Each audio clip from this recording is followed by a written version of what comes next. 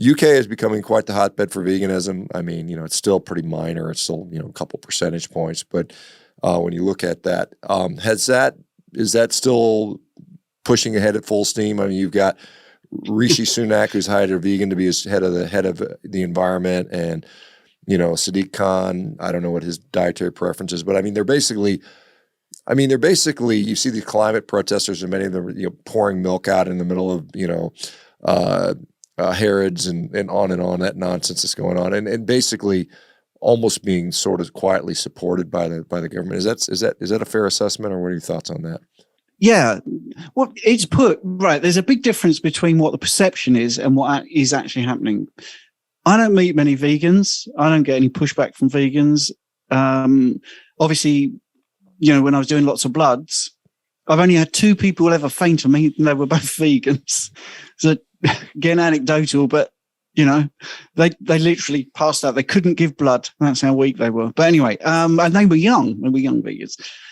So I think there's a lot of misinformation. I know that's hard to believe around it, because we go to places and, there's a full English breakfast and there's a vegan version, and in the restaurants there's vegan versions. But I always ask, I always say, because I'm just interested and nosy and, try to be a bit social about it. How many of those breakfasts do you reckon you sell? And they roll their eyes, say maybe, a couple a week. It's not that big. It's really not that big. And I think it's over exaggerated. And I fell for it about a year ago. I thought, oh, wow, this is really getting some traction now. Because you're seeing it everywhere, just seeing it plastered and advertising in magazines and, in adverts online and all this sort of stuff. But then the reality hits home and you see like Impossible, the Beyond Burger and Impossible Burger and all that, all their stocks plummeting. I mean, the stock market doesn't lie. These people that invest money in these things, they're pretty smarter than me, I think. Multimillionaires, but they're losing money hand over fist. I don't think the politicians are respected at all. Actually, I don't think anyone in power. I genuinely am not in an echo chamber. I promise you. There's I have a very varied amount of people around me that really don't agree with what I'm doing eating wise. But when I talk about like Sadiq Khan and all that sort of stuff, it doesn't really cut any ice, because I think you hit on a period of our time over here earlier on. A lot of trust has gone, and nobody trusts anything that comes out of a politician's mouth, really. And I think, there was a picture of, there was a thing online that was going around in the UK where there was like a picture of Kermit the Frog when we were doing our second Prime Minister in a month, Kermit the Frog and Miss Piggy, and said, Miss Piggy was like Conservative and Kermit was Labour. You can vote for either one of these, you'll still get a Muppet, right? So, that's basically. I don't think there's much respect for politicians. I really don't think they and even our sports people. There's a footballer, a soccer player called Gary Neville, who's very left wing, very right on, and all that sort of stuff. Well, he's gone out to Qatar to cover the World Cup, and everyone's just saying all of them are hypocrites. All of them, they say one thing, they do another thing, and they only push stuff for money. So I don't think even like celebrity endorsement helps. And it's not very nice stuff. It's not very nice food.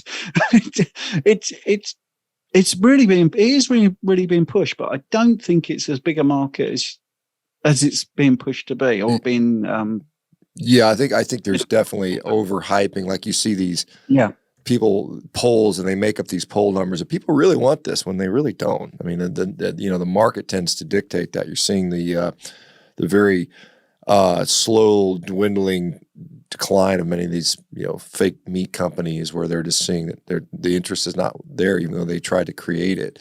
I think the thing about politics. I'll just go on to the politics. I think as a politician, it's corrupt. You're going to be at the whim of corporate interest and getting a payoff. And I think the people that choose to do that, maybe there's a few that it appear to be wanting to fight the system, but to go into that, many of them are just like, I'm going in there to get paid, basically, you know, not my salary, but to get paid by these companies under the table. It's very sad. Yes, absolutely. Yeah, I was going to say something else there, actually, because I actually volunteered for a couple of medical trials because I wanted to see what really went on. And the first one, I made my excuses and said I couldn't do it. And the diet that I had to go on if I was part of this trial was basically almost meatless. It was all cereals and breads and all those sort of things. Now, I also understand that everyone's got to eat the same thing. I totally get that. And I said, well, I can't do this trial at all because there's no protein in there. And then the second one I attended, they gave a sort of on-screen thing that you had to push buttons on to sort of weed you out whether you'd be any good or not. And it said, do you eat meat?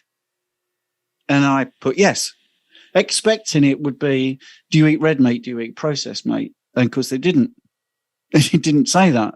So when I finished it, I actually asked the people that were there sort of taking notes and stuff. I said, you should make a distinction between processed meat and red meat. Just, you know, you should do that. Or chicken and poultry. You can't just say meat because, yeah, many people are going to press that button and they're not eating the meat I eat. They're eating McDonald's. No disrespect to the burger patty, which is not bad in McDonald's, but all the stuff surrounded it. So I'm not a meat eater like that meat eater. And you need to do that. You know, and I know I was not being listened to, but I felt that I should say that.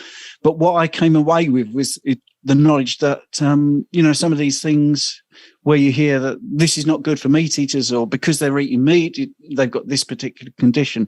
I feel that's skewed by the questionnaire before you've even started, because I was definitely going to be put in, you know, lumped in.